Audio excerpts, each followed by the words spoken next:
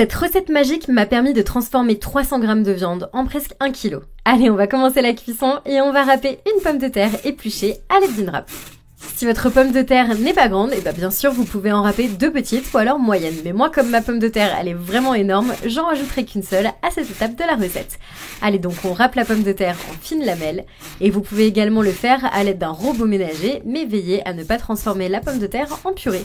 Allez, n'oubliez pas, cette étape ne fonctionne qu'avec des pommes de terre crues et non cuites. Et ça, c'est le résultat parfait qu'on recherche. Allez, on retire l'excédent et avec vos mains, on va commencer à presser les pommes de terre pour les débarrasser de leur eau. Parce qu'ici, l'eau, ça peut perturber un petit peu la recette.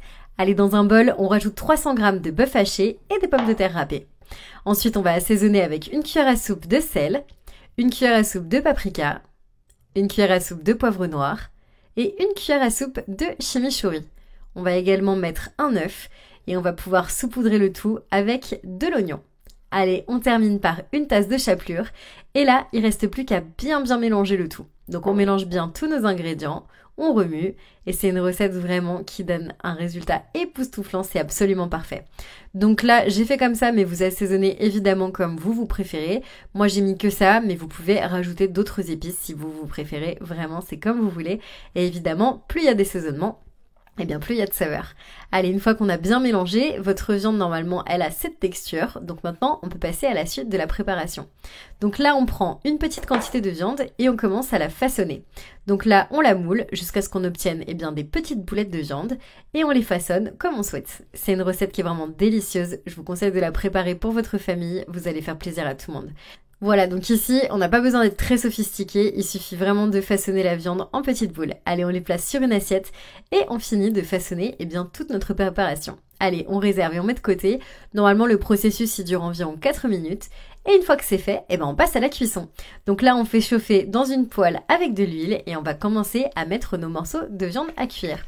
Vraiment, la viande, elle est délicieuse. Ça peut être servi avec des salades ou alors du riz. On peut le faire au barbecue et on peut rajouter plein de sauces différentes. C'est vraiment une recette qui permet d'obtenir une grande quantité de viande et c'est absolument parfait. Donc là, il reste plus qu'à faire frire la viande pendant quelques minutes.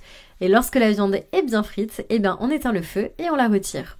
On peut également enlever l'excédent d'huile et on peut servir sur une assiette. Bien sûr, faites attention à ne pas vous brûler et regardez déjà comme ça a l'air délicieux. Et si vous le servez en entrée, vous pouvez préparer une petite sauce au fromage pour l'accompagner. Et voilà, vous avez cligné des yeux et j'ai déjà terminé la recette tellement c'était rapide. C'est vraiment une viande qui peut aussi être servie en entrée. Préparez ça pour toute votre famille, vous allez faire plaisir à tout le monde. J'espère vraiment que ça vous a donné envie d'essayer. Vraiment, la viande elle est croustillante à l'extérieur, elle est super tendre à l'intérieur. Moi j'adore cette recette, je vous conseille de le faire à la maison.